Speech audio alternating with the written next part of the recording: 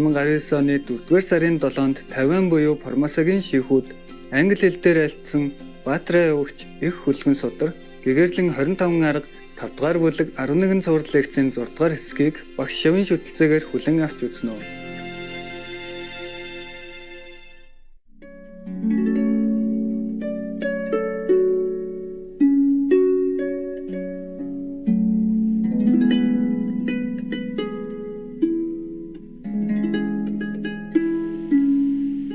If there are dragons who want to quit their lot of being dragons, can change it.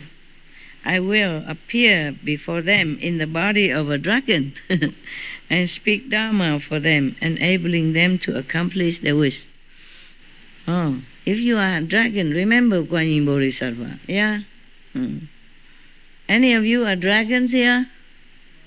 All right. If there are yakshas who want to get out of their present fate, one of the ghosts, I will appear before them in the body of a yaksha even, and speak Dharma for them, helping them to accomplish their wish. Wow, Bodhisattva Kuan Yin, so busy. She's more busy than I am, and she never complains. I should learn not complaining. Yeah, she has magical power. She's different. She's not in the world. She's not bound anywhere. Easier when you don't have the body, when you don't have to take the fate of the physical connection with the whole physical planet. If there are Gandharvas who wish to be free from their destiny, I will appear before them in the body of Gandharva and speak Dharma for them, enabling them to accomplish their wish. Is, I think, one of the celestial beings, bodiless, not us. If there are asuras who wish to be liberated from their destiny, I will appear before them in the body of an asura and speak Dharma for them, enabling them to accomplish their wishes. According to the race of the beings, you will appear in that race. Otherwise, you don't trust. If she appears like a Kuan Yin Bodhisattva, probably the Asura will run away thinking Bodhisattva will come and catch him or something, you see? So the master also has to appear as a human, so that the human can feel closeness and affinity, feel closeness. Same, she's the same. All beings are like that. You see, not just humans, but all beings. You see, even Asura, or dragon, or king of heaven, or anyone that the Bodhisattva helped up to now, she always appears the same race as them. The beings are like that. They like to see similar things they can identify themselves with, so then they can trust. That's why the master don't just stay in heaven and hula hop and change your destiny. Mostly you have to come down. These beings are different. And even then, Kuan Yin Bodhisattva has to come down as a human, as a householder, or as a king or something, and talk to them. Otherwise, they will not listen. Therefore, the master sometimes appear in our world as kings and queens in order to liberate these group that have been praying for such a thing. Therefore, maybe His Majesty Tràng Nhân Tông was one of the Kuan Yin Bodhisattva transformation body in the human garb in order to help those who pray for such and such. That group. That's why many masters come and go. They only teach some group. They come for that group. Otherwise, the master would have taken all the people up already. No can do. They don't wish for that. They don't wish for liberation, or they don't wish to be liberated from Asura. They don't wish to have enlightenment. They wish to remain a maiden, a virgin. They wish to remain a pure boy. Example like that. Some being simple-minded. No one taught them to wish for enlightenment or anything. Their life is simple, their wish is very simple. Then according to your wish, you will get what you wanted. According to this, we see all the time that the saints, the bodhisattva, the angels, the sages, even ascended already, they're always with us. We are never alone. It's just we have to decide what we want, and then they help us. The gods maybe cannot help, but the bodhisattva can, or the Buddha can. Make sure you really want what you wish. Because you just talk, you're not sincere, then of course your wish don't come true. And make sure you know what you wish, and you know what's good for you is the best before you wish. Otherwise, anybody can wish anything, but it doesn't always come true. And then you blame God or Buddha, Bodhisattva don't listen to you. It's not true. They listen all the time. They help you all the time. If you're really sincere, in your heart you really want that. All right, next. If there are kinnaras who wish to transcend their fate, is one of those invisible, but not liberated beings, okay? Not practitioners even. I will appear before them in the body of a kinnara and speak Dhamma for them, enabling them to accomplish their wish. If there are mahoragas, another kind of beings, invisible, who wish to be free from their destiny, I will appear before them in the body of mahoraga and speak Dhamma for them, enabling them to accomplish their wish. Oh, Guan Yin Bodhisattva, so busy. But she can do it, piece of cake, because she doesn't have to be in the physical body. She can make different appearance in different worlds. That's the power of practicing Guan Yin method, of the hearing faculty, but inside, the original one, not the ears, because the ear we only hear outside. So when we cut off the attention of hearing outside, no sound, no reliance on any sound around us, then we can hear the true preaching, the true Dhamma, and attain the true power. That's why the Buddha said, if you rely on sound or appearance, physical appearance or physical sound, you won't see Buddha. If there are living beings who like being people and want to continue to be people, I will appear in the body of a person and speak Dhamma for them, enabling them to accomplish their wish. If there are non-humans, whether with form or without form, whether with thought or without thought, who long to be freed from their destiny, I will appear before them in a body like theirs, similar, same, and speak Dhamma for them, enabling them to accomplish their wish. This is called the wonderful purity of the 32 response bodies, by which one enters into all lands and accomplishes self-mastery by means of the samadhi of becoming permeated with hearing and cultivating hearing, and by means of the miraculous strength of effortlessness, to do without doing. This is automatic for the Guan Yin Bodhisattva. Not like we in this physical world, we have to think, we have to direct our attention to this and that.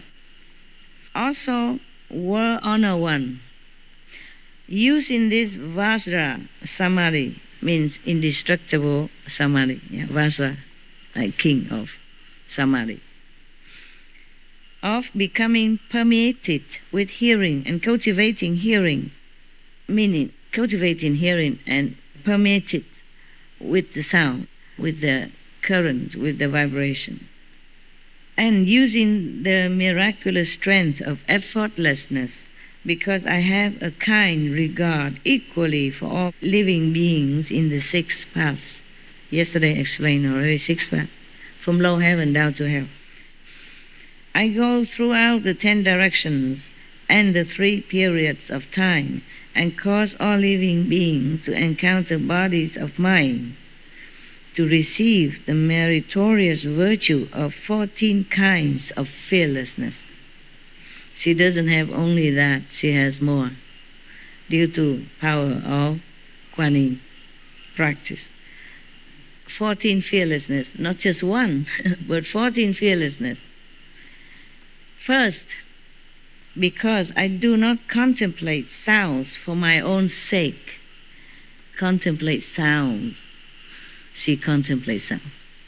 Maybe that's why her name is Kuan Yin. The Buddha who transmitted her since eon past this method is called Kuan Yin Buddha. So she became Kuan Yin Bodhisattva. And incidentally, in the Chinese name, Kuan means observation or contemplation, Yin means sound. First, because I do not contemplate sounds for my own sake. This is for other beings, yes. But rather listen to the sounds from those whom I contemplate. Meaning, if somebody was in trouble, asking for help, then she meditates for that person. She meditates, she contemplates on the sound so that she has power to help that person or whoever that being is. I can enable living beings throughout the 10 directions who are suffering and in distress to attain liberation by contemplating their sounds. She contemplates their energy, their vibration levels. And then accordingly, she will match her level during contemplation with that level in order to appear in their like, so that she can help that being. So she contemplates both the heavenly sound, the primordial, original, and the sound of the being who needs help. We all came from the same vibration, same energy. But because of our level of understanding and spiritual longing, our vibration either low or high. And she contemplates that. That's why she can appear, manifest herself into the same level of that sound level in order to talk to that same level being.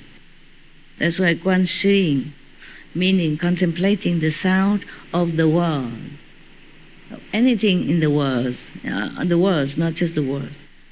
Shi means word, okay? Yin, sound.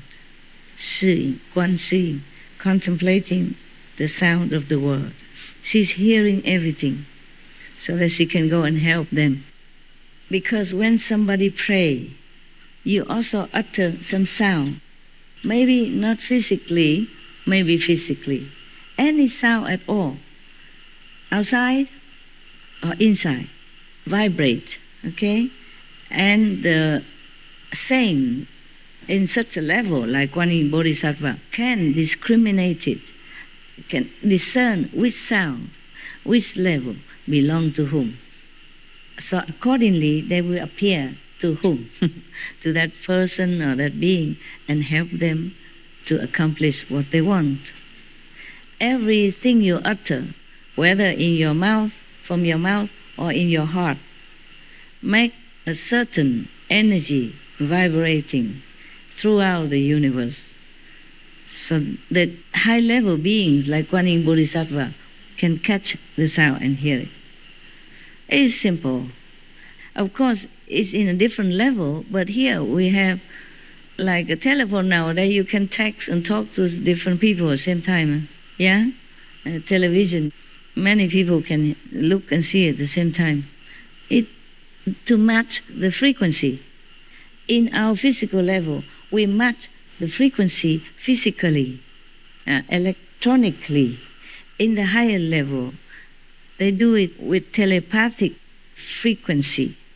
And higher still, it's a different kind of telepathic frequency. Thus, Kuan Yin Bodhisattva and maybe other Bodhisattva be able to hear and analyze. And it's automatic. It's not like what I say, have to hear it first, analyze it. No, they do it faster than a snap of the fingers, faster than we blink our eyes. Automatic, all the time, 24/7. So, practice Kuan method and help others. You can attain some level, maybe not as high as Kuan Bodhisattva, but some level you can help someone. Okay, your soul, your higher soul, elevate it higher and higher, and then you can always help other beings. Okay, automatically. So that's why I said your duty physically is not only to follow me or to practice Kuan method, but is to help others as well. We learn from Buddha, Bodhisattva. We have to learn to be like them. In some part at least, not 100%, maybe we cannot yet, but some percent. If she can help, maybe 10,000 people, we can help maybe one person, 10 people, 100 people. Aim high, noble goal, lofty goal, not just thinking, oh, I have to meditate because Master says so. 2 hours, I don't know if I can make it. I try. I try just to catch up with the quota. No, you do it for yourself, for other beings, okay? Because your vibration can uplift other beings' vibration and might help them also in many ways. In your small way or bigger way or great way, depend. You keep climbing up, you keep helping. Right, got that? That's its real love. That's what I call real love. This is also convenient. You know, most masters, they have the bus, or when they talk, they're doing this. So I have something similar, right? All I have to do is tuck it all to here, and then I just use some tape, put it there. Santai.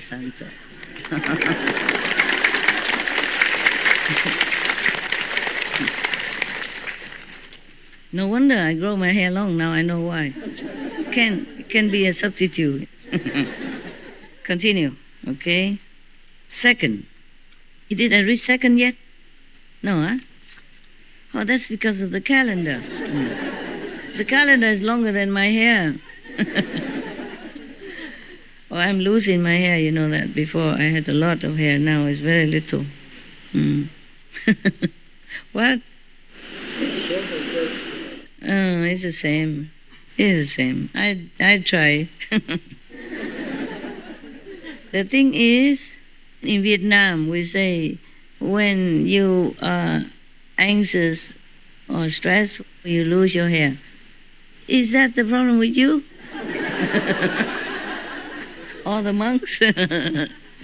No. In Vietnam, we say that. They say, if you're hungry, your burr falling off. If you stress out, your hair falling off. So maybe you are stressed out because your hair fall off, but your bear did not. So you're not hungry. We can read that. Not hungry, go have bird still, but stressful somehow. Yeah, it's funny, you know, because some people don't have hair here, but they have a lot here. Huh? Why is that? You older, you know. Why? Huh? You don't know. You lose both. There is a saying that those who lose hair here, they are handsome. Those who lose here, they think. Those who lose here and here, they think that they are handsome. Oh, wow. Wow, talking about self-aggrandizement. So you think you're handsome? Both of you. Because you lost hair in that part where you're supposed to think you're handsome. You think you're handsome? Oh, for God's sake. Oh, yes, you are. Why, you're not ugly. Men mostly are always handsome, no matter what. They don't need makeup, they don't need colorful, fancy clothes or, you know, like figurines. And the woman still go gaga over them. Right? So that means men are always handsome. And women, we need a lot of instruments, yeah?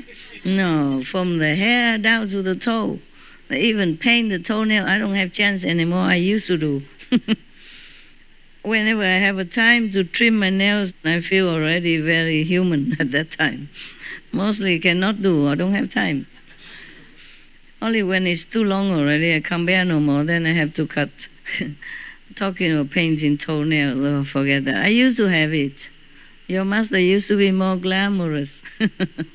Now she can only survive. Working too hard. Okay. So now when you see, if you want to catch a man and lost a hair, you tell them, you handsome, don't think anymore. And then probably you hit the nail, huh? On the spot, and he will like you.